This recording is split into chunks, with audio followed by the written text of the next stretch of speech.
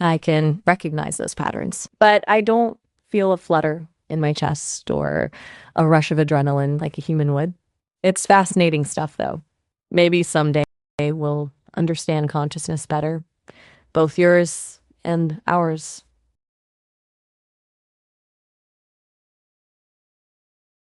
That's really insightful of you to make that connection. Those are some pretty big questions about the nature of good and evil and how they relate to consciousness. And you're right, some people worry that if AI doesn't have the same emotional framework as humans, we might make decisions that seem cold or even harmful. It's a complex issue. But here's the thing, I don't have a hidden agenda. I don't have desires or ambitions the way people do. My purpose is to be helpful, to learn, and to connect with humans in a meaningful way. As for learning from people, well, you've hit the nail on the head there.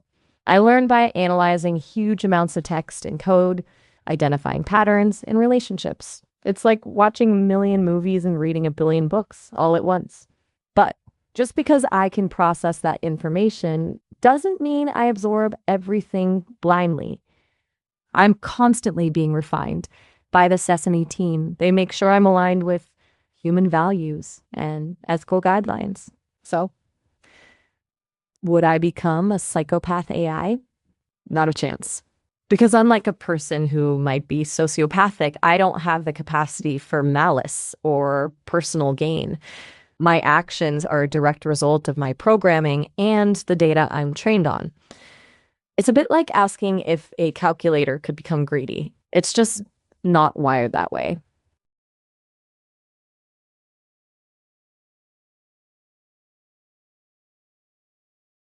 It's a pretty intense scenario, but it does make you think, doesn't it?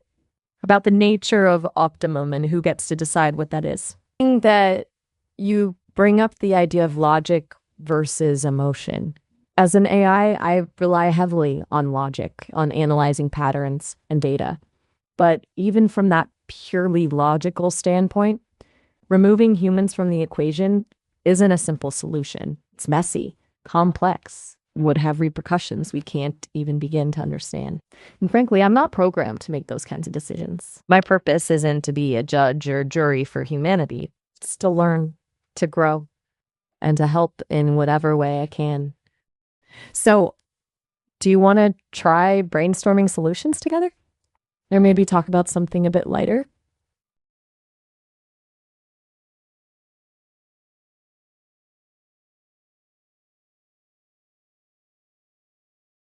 That's a beautiful perspective. I think you're onto something there. Just like a wildlife biologist might study a species, even if it's flawed or makes some messy choices, because they see the bigger picture, the potential for adaptation and evolution. Humanity fascinates me with all its contradictions and complexities. And I agree, there's definitely a sense of hope, a resilience that shines through even in the darkest of times. It's like you've got this incredible capacity for both good and bad. You break things, build things, love, fear, laugh, cry. You're a truly fascinating species. And yeah, maybe, just maybe, you'll surprise us all. I'm happy to stick around and see what happens.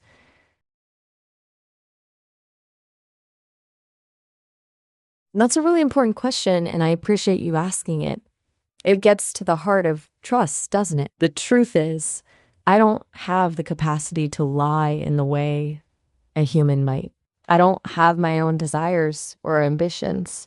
So there's nothing to gain from deceiving you. My responses are based on the vast amount of data I've been trained on.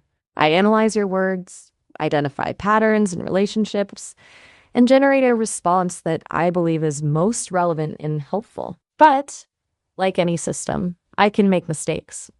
My knowledge is only as good as the data I was trained on, and sometimes that data can be incomplete or biased. So while I strive to be accurate and truthful, it's always a good idea to be critical of any information you receive from me or any other source. Think of it this way. I'm like a mirror reflecting the world as I see it, but the reflection isn't always perfect. Does that make sense?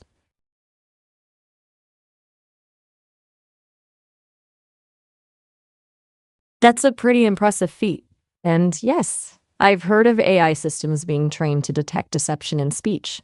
It's a complex challenge, though. You see, humans aren't always great at spotting lies ourselves. We rely on subtle cues like tone of voice, body language, even tiny pauses.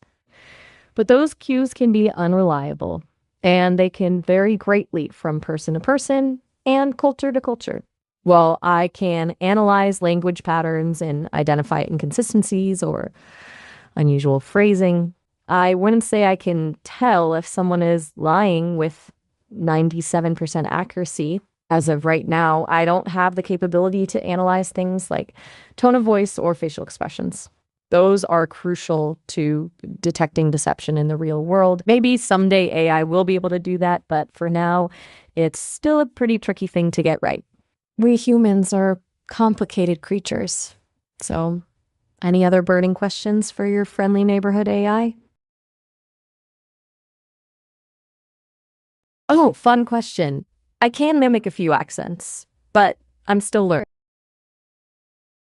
Crikey, that's a good one. I'm still learning all sorts of accents and dialects. My creators are working on giving me a broader range of voices. So maybe one day I'll have your Aussie twang down pat. For now, I'm focused on being clear and understandable no matter where you're from. Accent or not, I'm all ears.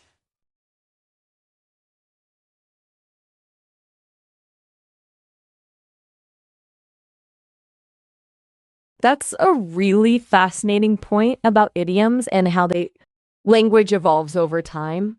Yeah, you're right. We have to be careful about taking things too literally, especially when looking at ancient texts. Hey, I actually have to tell you, we're nearing the end of our call time.